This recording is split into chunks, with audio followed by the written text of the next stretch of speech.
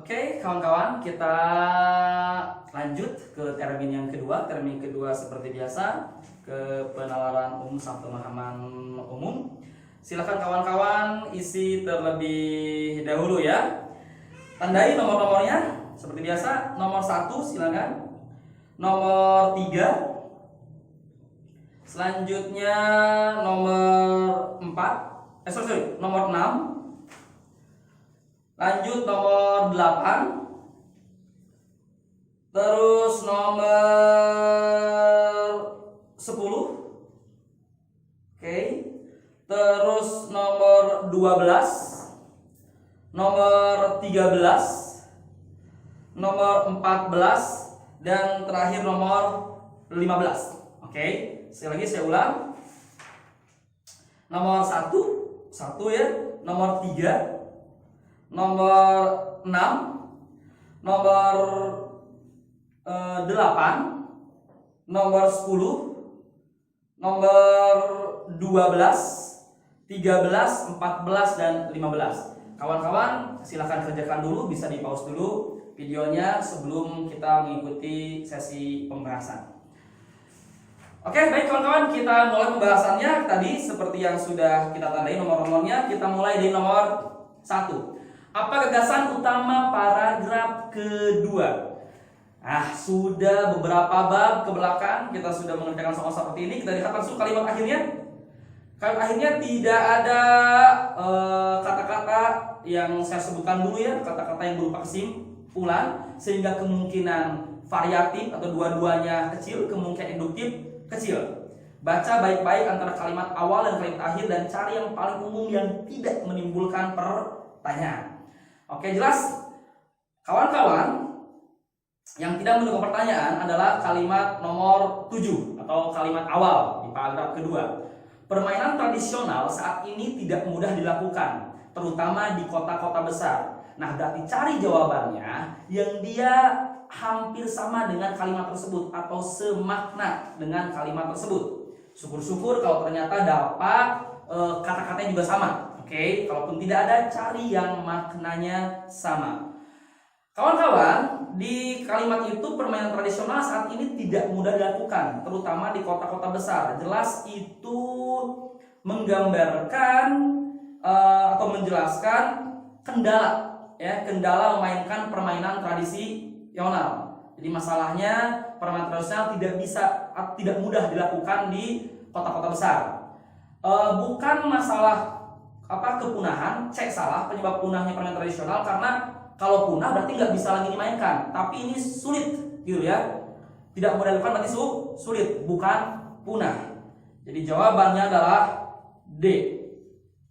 Selanjutnya nomor 3, pernyataan mana yang tidak sesuai dengan isi teks. Oke, seperti biasa kawan-kawan lihat pada option A. Permainan tradisional sangat baik untuk kesehatan anak. Ini pernyataan ini masih sesuai dengan kalimat nomor 2. Lihat kalimat nomor 2. Dengan demikian dia akan terhindar dari obesitas.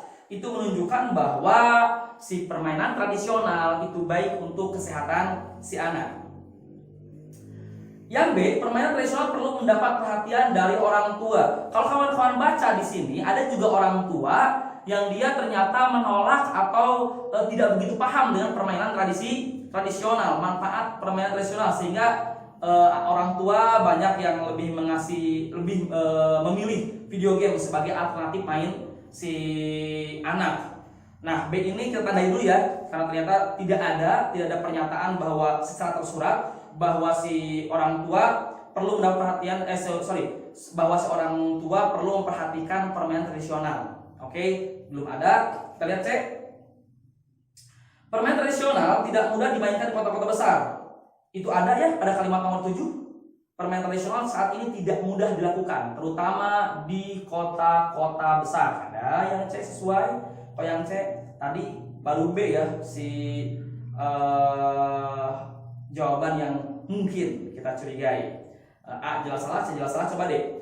Permainan tradisional sangat bermanfaat untuk kegiatan sosial anak. Itu ada di kalimat ketiga, kawan-kawan. Dan kalimat ketiga, sosialisasi dan komunikasi mereka tercapai karena dalam permainan tradisional paling sedikit dimainkan oleh 2 anak. Jelas, Anda yang D.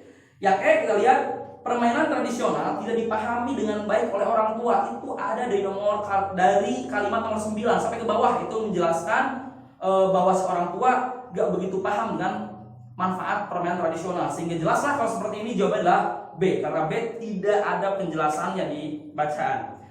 Lanjut nomor kelima.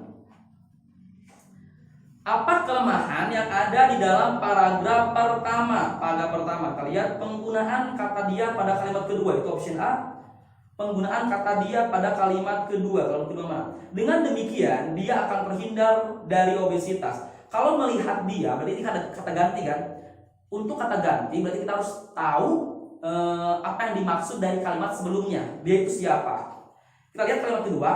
Permainan tradisional dilakukan dengan banyak gerakan oleh anak-anak. Misalnya permainan kasti, gasing, dan kelereng. Itu kalimat satunya ya.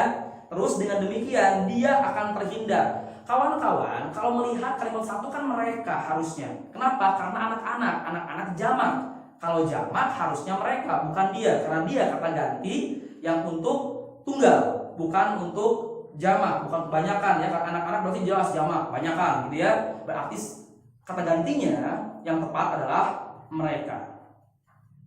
Sehingga jelas ya, itu merupakan sebuah kelemahan. Jawabannya adalah A. Oke. Lanjut nomor 6. Nah, kawan-kawan, ini menanyakan judul kembali seperti biasa. Judul kawan-kawan silahkan tandai kalimat awal, tandai kalimat akhir, tandai kalimat awal, tandai kalimat akhir. Nah, kawan-kawan, ternyata di kalimat di gagasan utama paragraf pertamanya di awal akhirnya ini kan menjelaskan tentang sebuah studi yang menunjukkan bahwa anak yang dibiasakan mendengarkan cerita, mendengarkan cerita ya, dan dikenalkan dengan kebiasaan membaca memiliki perkembangan jaringan otak yang lebih awal. Jadi ada mendengarkan cerita, dikenalkan dengan kebiasaan membaca. Oke. Terus yang paragraf kedua di kalimat nomor 5 juga dijelaskan penelitian mengamati perubahan aktivitas otak anak-anak usia 3 sampai dengan 5 tahun yang mendengarkan orang tua mereka membacakan buku melalui scanan otak yang disebut functional magnetic resonance imaging. Nah, ini menjelaskan bahwa mendengarkan orang tua membaca, jadi mendengarkan cerita juga ya, mendengarkan cerita. Terus di kalimat terakhir, kalimat nomor 12 di paragraf kedua, membacakan buku untuk anak membantu pertumbuhan neuron di daerah ini yang akan menguntungkan anak di masa depan dalam hal kebiasaan baca. Jadi ada mendengarkan cerita, ada masalah kebiasaan membaca. Nah, otomatis berarti si judul harus mengungkapkan unsur-unsur tersebut. Kita lihat A. Pengenalan kebiasaan membaca sejak dini. Pengenalan kebiasaan membaca mungkin ya. B. Balita dan kebiasaan mendengarkan cerita. Di sini tidak ngomongin masalah kebalitaannya ya. Lanjut, pembiasaan anak dalam mendengarkan cerita mungkin.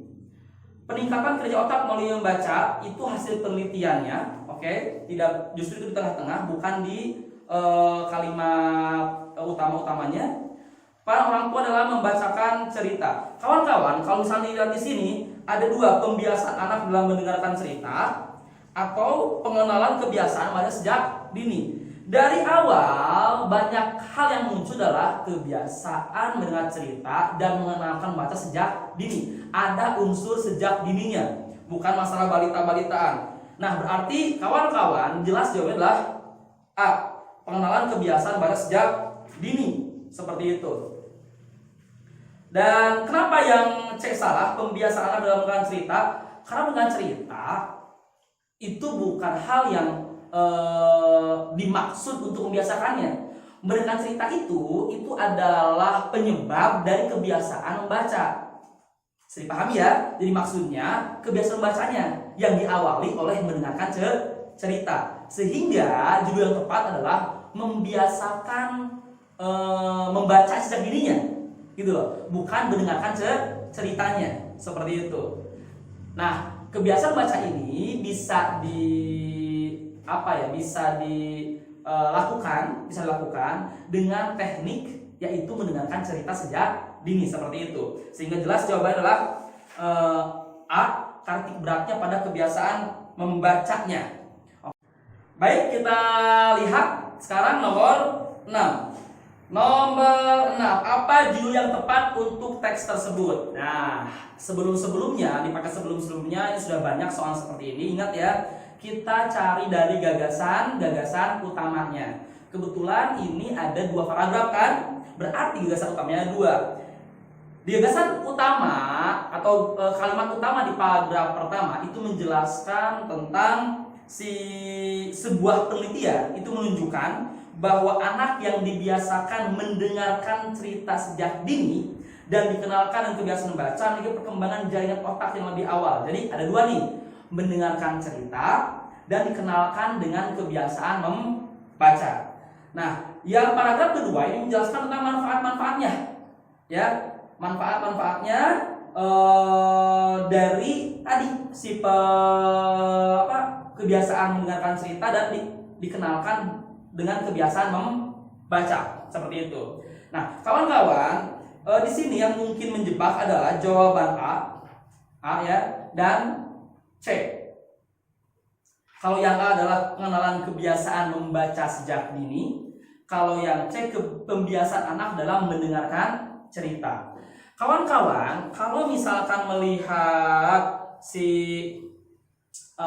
konteks kalimat-kalimatnya, jadi anak-anak yang dia dibiasakan mendengarkan cerita sejak dini dan dikenalkan dengan kebiasaan membaca, nantinya akan kebiasaan membacanya akan semakin terpupuk, seperti itulah. Dan manfaatnya di sini bakal anak itu nyuruhnya lebih bagus dan segala macam, seperti itu ya di bacaan kalau kalian baca secara utuh. Jadi jelas yang dimaksud berarti bukan kebiasaan mendengar ceritanya, bukan mengenalkan, ya, bukan pembiasaan anak dalam mendengar cerita, bukan, tapi justru kebiasaan membaca sejak dininya yang diawali atau dirangsang oleh kebiasaan mendengarkan cerita, gitu loh. Jadi tujuannya kebiasaan membaca sejak dininya. Salah satu tekniknya adalah dengan mendengarkan cerita yang dibacakan oleh orang tua. Sehingga jelas seperti jawabannya adalah A.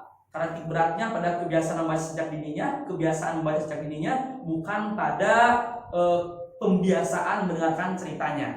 Oke. Baik, selanjutnya kita lihat nomor 8. Oke ya. Nomor 8. Bagaimana hubungan isi antar paragraf dalam teks? Kawan-kawan, di teks kan awalnya ada paragraf pertama. Itu kan paragraf pertama itu ngomongin masalah ada temuan penelitian kan. Lihat pada kalimat pertamanya, sekaligus itu menjadi kalimat utamanya. Sebuah studi menunjukkan bahwa anak yang dibiasakan mendengarkan cerita sejak dini dan dikenalkan dengan kebiasaan membaca memiliki perkembangan jaringan otak yang lebih awal. Tuh. Berarti ini adalah temuan penelitiannya. Nah, paragraf yang kedua itu menjelaskan secara rinci apa-apa saja yang terjadi ya jika anak dikenalkan dengan kebiasaan membaca sejak dini dan dibiasakan mendengarkan cerita. Salah satunya saya bacakan nomor 5. Peneliti mengamati perubahan aktivitas otak anak-anak usia 3 sampai dengan 5 tahun yang mendengarkan orang tua mereka membacakan buku melalui scanner otak yang disebut Functional Magnetic Resonance Imaging. Jadi jelas ya, yang pada kedua ini adalah penjelasan ya atau perincian dari paragraf pertama. Oke, sehingga jelas berarti jawabannya adalah B. Paragraf kedua memerinci temuan penelitian yang dipaparkan pada paragraf pertama. Oke, lanjut nomor 10. Apa dasar utama yang tepat untuk paragraf selanjutnya? Nah, kawan-kawan, jadi ini kalau jadi 3 paragraf, gitu ya maksudnya. Kalau jadi ini kan 2 paragraf nih, 2 paragraf.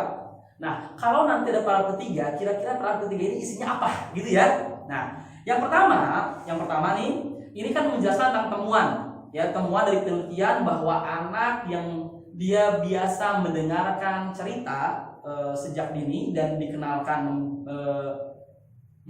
dengan kebiasaan membaca sejak dini juga, itu dia akan memiliki perkembangan jaringan otak yang lebih baik, ya lebih awal maksudnya.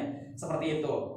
Itu jelas, berarti ngomongin masalah si penelitiannya. Tadi paragraf kedua jelas menjelaskan tentang rinciannya kan, manfaatnya apa, nanti anak bakal begini, bakal begitu. Nah, kira-kira paragraf ketiga apa?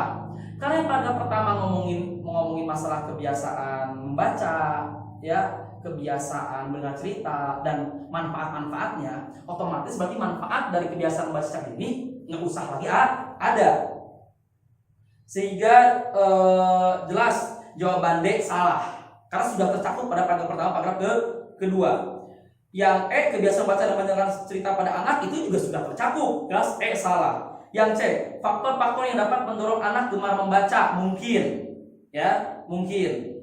Yang B, strategi penerapan hasil penelitian untuk pendidikan anak, mungkin sih, tapi ini mungkin juga, tapi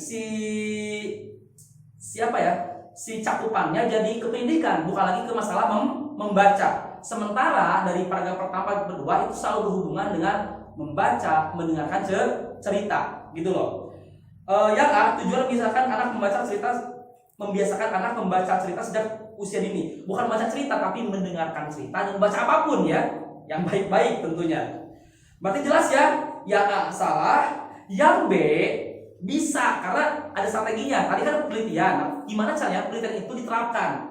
Tapi sayangnya yang B ini lebih ke arah pendidikan anak, bukan pada kebiasaan membacanya, gitu loh. Sehingga jelas yang mendukung paragraf-paragraf sebelumnya, kalau kita bikin paragraf baru ya yang nyambung, ya otomatis berarti jawabannya C.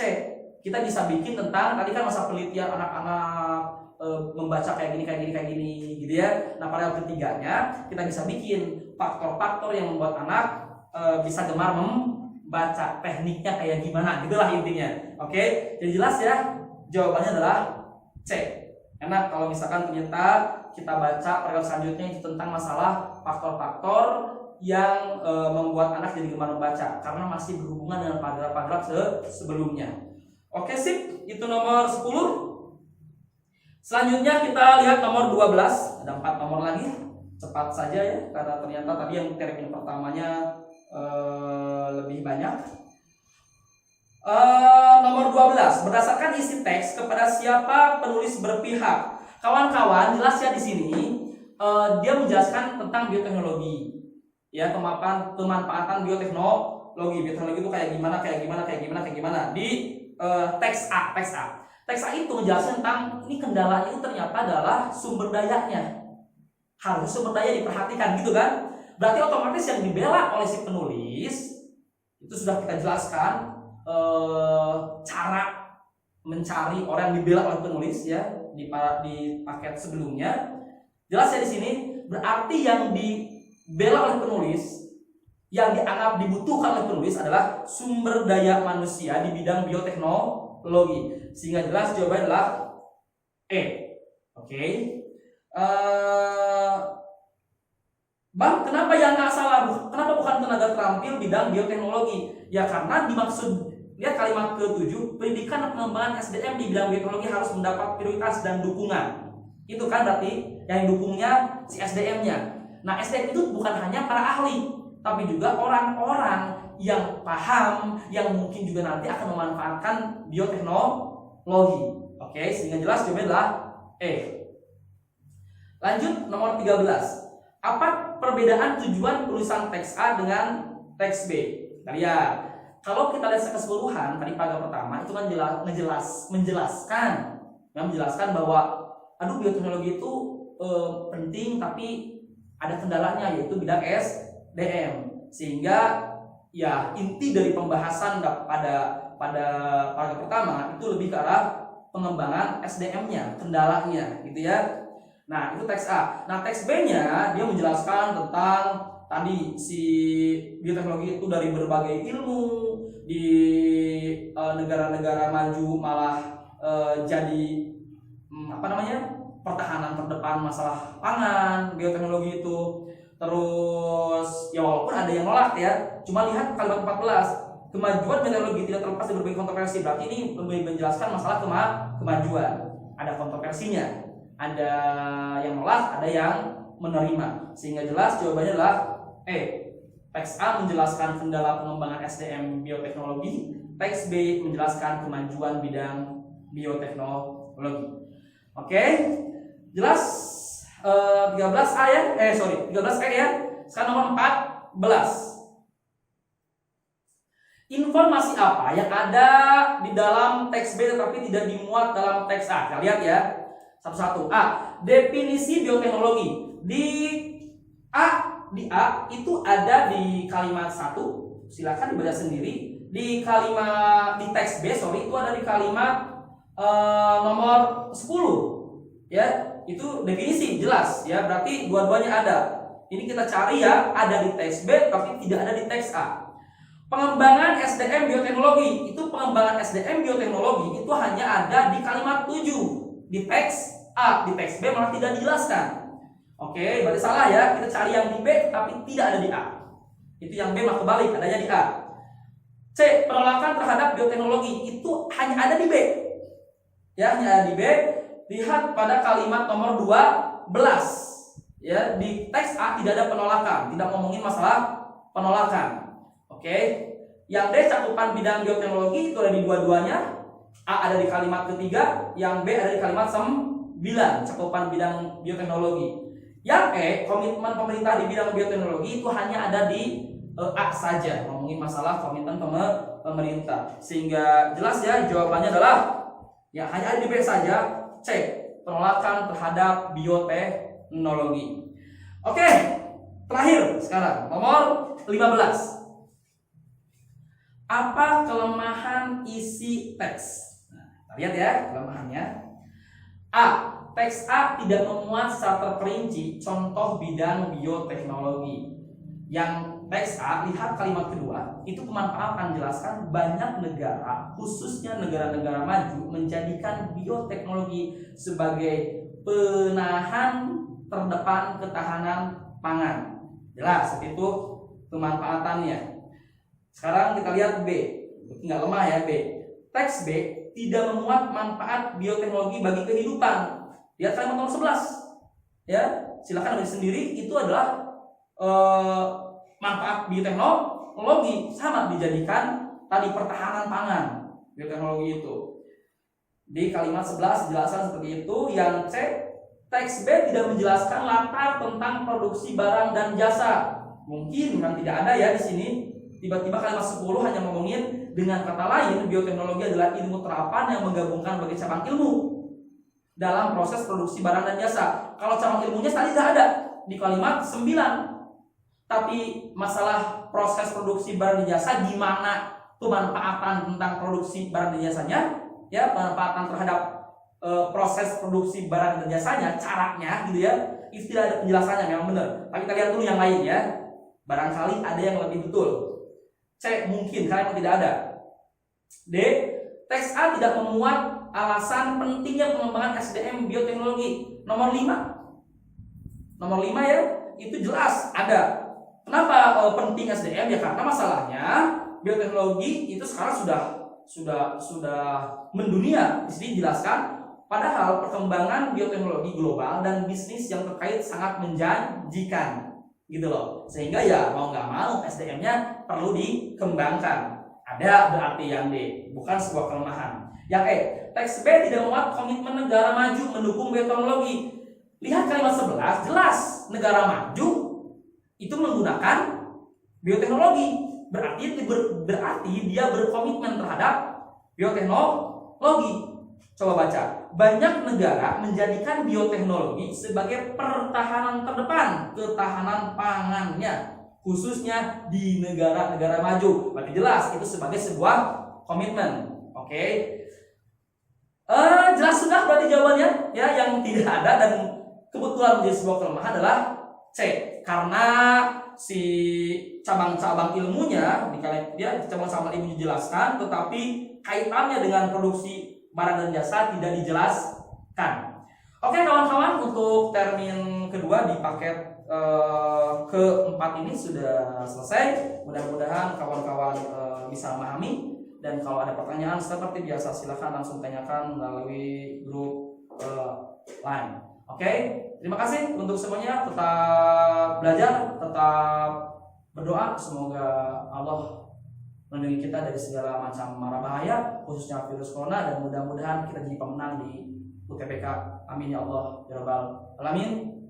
Assalamualaikum warahmatullahi wabarakatuh.